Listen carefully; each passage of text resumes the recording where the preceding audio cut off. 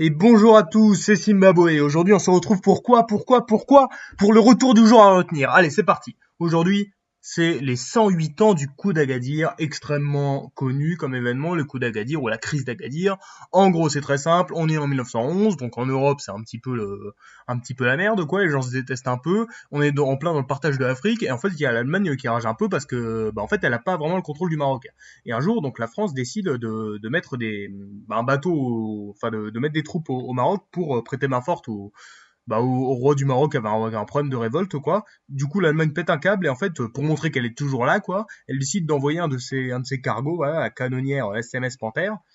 Panthère, ça fait un peu peur, quoi. Et du coup, la France pète un câble et dit, oh, Allemagne, tu te calmes tout de suite. Il y a le Royaume-Uni qui vient soutenir l'Allemagne. Donc ça montre bien qu'à ce moment-là, qu'il y avait une belle entente cordiale entre la France et l'Angleterre. Et donc là, l'Allemagne, un petit peu en stress, quoi. Il y a Joseph Cailleux qui était président du Conseil, qui a très bien géré la crise et tout. Apparemment, ce serait lui qui aurait déclenché la crise, une petite crise financière qu'il y a eu à la bourse à Berlin. Et du coup, l'Allemagne a décidé enfin, renoncer au Maroc en échange quand même de quelques petits territoires en plus au niveau de l'Afrique, hein. C'est vrai qu'avant, on s'échangeait des petits territoires, 272 km², on faisait ça. Voilà, c'était un peu différent d'aujourd'hui quand même, hein. Et du coup, c'était un événement enfin, ça a failli déboucher sur une guerre, quoi. C'est plus une victoire du côté de la France et de l'Angleterre, mais quand même, l'Allemagne reste très puissante.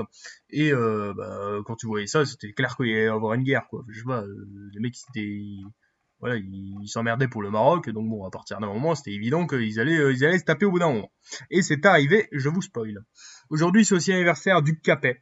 Hugues Capet qui est nommé roi des Francs. Donc ça, c'est quand même un plaisir, hein, parce que Hugues Capet, c'est quand même un homme plutôt connu, hein, voilà. Qui connaît Louis V le fainéant? En fait, lui, juste, il est mort sans descendance d'une chute de cheval.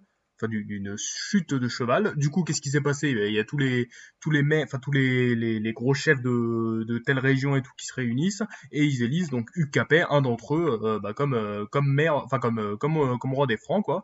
Et donc c'est le début d'une nouvelle dynastie en France qui a duré quand même pas mal de temps parce que la dynastie directe a duré jusqu'en 1328, mais ensuite ça c'est c'est allé jusqu'en 1848, hein, ouais, les Orléans, ouais, jusqu'aux Orléans, donc ça mérite quand même le respect, hein, pour une si belle dynastie. Donc avec Hugues Capet, voilà, un homme de qualité et tout, même si au début il n'a pas trop eu de pouvoir, mais ils ont réussi à s'imposer les rois de France au fil du temps, parce qu'au début Hugues Capet il n'était pas trop respecté, quoi, mais après il y a eu de très bons rois juste après, hein, évidemment, Philippe Auguste, Saint-Louis, on les connaît tous, hein, et donc ça mérite le respect. Et coup dur pour Louis V et les Carolingiens qui au final n'ont pas duré très longtemps, hein, voilà, juste un peu plus de 200 ans. Aujourd'hui, c'est aussi l'anniversaire d'un signal.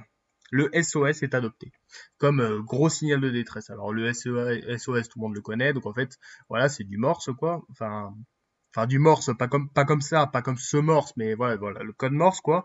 Donc SOS, voilà, en fait, c'est trois petits coups. Enfin, c'est trois petits plus donc le haut long plus trois petits, donc le truc hyper simple à faire. Et en fait, c'est considéré comme un signal de détresse international, quoi. Bon, à la base, ça devait être le CQD. Bon, ça s'est pas trop fini, quoi. Mais par contre, genre le SOS, c'est un truc important, quoi. C'est genre si t'es dans la merde, t'envoies le SOS. Voilà, par exemple, il a été utilisé quelques années plus tard avec le Titanic, évidemment. Et donc le SOS il se transmet vraiment dans des trucs importants, quoi. C'est pas genre ouais t'as perdu ta quiche, tu mets le SOS, quoi. C'est pas comme ça que ça marche. Parce qu'après au bout d'un moment faut arrêter de faire chier les gens, quoi. C'est comme les pompiers, enfin arrêter d'appeler les pompiers s'il se passe pas grand chose, quoi. Il est interdit d'émettre ce signal lorsque la situation ne existe pas. Après sinon vous aurez des punitions, vous tapez, hein. C'est fou ça.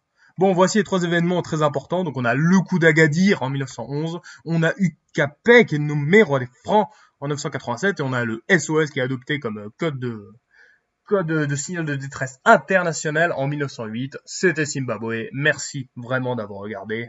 Bisous.